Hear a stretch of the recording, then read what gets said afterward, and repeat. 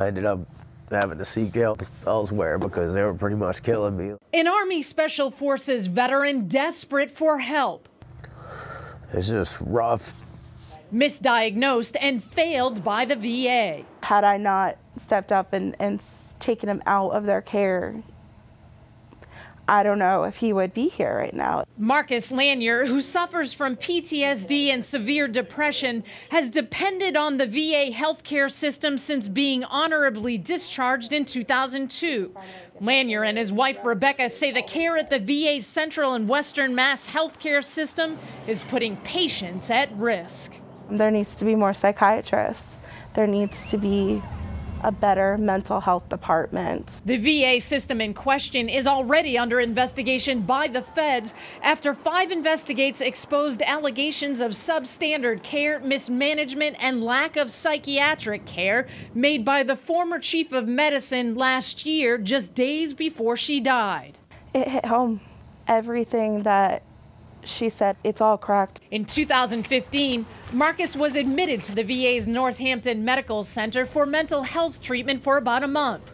He was severely depressed after unsuccessful knee surgeries and was barely functioning. Marcus says when he was discharged from the hospital, he was never placed under the direct care of a VA psychiatrist, and that it took him a 1.5 years to get an appointment to see one despite numerous requests. You get in there to see the psychiatrist. How much time did you spend with the psychiatrist? Maybe 15 minutes tops. I know they want to do good, but there is so much lacking there. The VA treated Marcus for depression. They also diagnosed him with bipolar disorder and psychotic disorder, but an outside psychiatrist says that's not the case.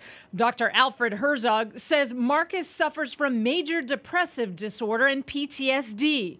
Herzog says the VA wasn't treating the veteran's symptoms correctly and prescribed him with antipsychotics he didn't need. It's infuriating. They were giving me things for antipsychotic behavior, which was not anything to do with me. And I don't know, the effect that it had on me was terrible.